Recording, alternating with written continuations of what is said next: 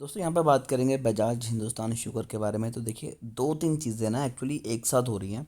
तो सभी चीज़ों को डिस्कस करेंगे, जो पॉजिटिव्स हैं वो भी, जो नेगेटिव्स हैं वो भी। तो बजाज हिंदुस्तान शुगर में आज तकरीबन 4% की गिरावट है। पिछले 5 दिनों की बात की जाए तो 13% की गिरावट, एक मंथ में 23% के नेगेटिव रिटर्न आए हैं। 6 मंथ में स्टॉक ने आपको 6% के पॉजिटिव रिटर्न दिए हैं। एक मंथ में 23% की गिरावट आई है, जबकि कंपनी के Q3 के रिजल्ट सच में अच्छे थे, जिसमें कंपनी का प्रॉफिट भी बढ़ा था, सेल्स भी बढ़ी थी। अब क्या हुआ है कि कल की न्यूज़ है, अगर मैंने आज अभी सारी न्यूज़ मैं खंगाल रहा था कि कोई अच्छी चीज़ मिले जिसकी वजह से पता लगा कि गिरावट हो क्यों रही है। तो यहाँ पर 3 दिन पहले एक न्यूज़ आई थी कि यहाँ पर 4.9 भी जो रुपीज़ में फॉल आया हुआ है स्टॉक में। उसके बाद अभी रिसेंट एक न्यूज़ निकल के आ रही थी कि शुगर न्यूज़ पे सर्च मार रहा था तो वहाँ पर पता लगा कि जो ग्लोबल मार्केट है, ग्लोबल मार्केट में शुगर प्राइसेस 4% तक इंक्रीज़ हुए हैं। तो उस हिसाब से एक पॉजिटिव न्यूज़ है कि मार्केट में ओवरऑल आपको तेज़ी दिखाई देनी चाहिए थी शुगर स्टॉक्स में, बट ऐसा नहीं हुआ। उसके पीछे भी रीज़न है, क्योंकि एक्सपोर्ट के ऊपर लिमिटेशन लग गई हैं। अब हम ज़्यादा एक्सपोर्ट नहीं कर पाएंगे क्योंकि फेस्टिवल सीज़न आ रहा है, तो डोमेस्टिक डिमांड्स को भी पूरा करना है। तो जिसकी चलते रिस्ट्रिक्शंस की वजह से हम ज़्यादा एक्सपोर्ट नहीं कर पाएंगे।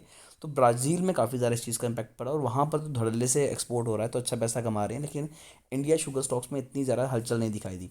दूसरी बात यह है कि मार्केट का इतना ज़्यादा प्रेशर है कि स्टॉक्स जो अच्छा परफॉर्म कर रहे थे वो भी अच्छा परफॉर्म नहीं कर पा रहे। सेम चीज़ यहाँ पर भी हो रही है। बजाज हिंदुस्तान शुगर में पिछले 5 दिनों में 13% की गिरावट हो चुकी है। एक मंथ में 23% है, यानी कि 10% की गिरावट पूरे मंथ में हुई थी, लेकिन अभी 4-5 दिनों में ही इतनी ज़्यादा फॉल हमें दिखाई दे रहा है। मैक्स चार्ट देखें तो अभी भी स्टॉक डिसेंट परफॉर्म कर रहा है, अच्छा परफॉर्म कर रहा है। और लास्ट टाइम में जितना भी कंपनी ने अच्छे रिटर्न निकाल के दिए थे, वो कहीं ना कहीं प्रॉफिट बुकिंग भी होनी थी। अगर ईयर ऑन ईयर बेसिस पे भी देखें तो रेवेन्यू बढ़ा है, नेट इनकम बढ़ी है, dilute EPS, net profit margin, operating income सब बढ़ी है।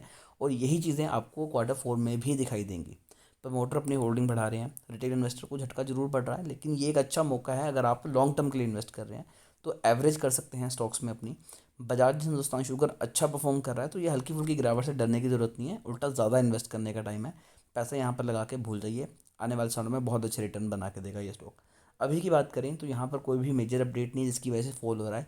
सिंपल सी मार्केट पैनिक हो रही है। लोग जब भी मार्केट में हल्की फुल्की भी करेक्शन होती है तो ऐसे स्टॉक्स से सबसे ज़्यादा पैसा निकाला जाता है जो रिस्की होते हैं, और Bajaj Hindustan sugar no doubt risky stock है, तो यहाँ से सबसे ज़्यादा जल्दी पैसा निकालते हैं।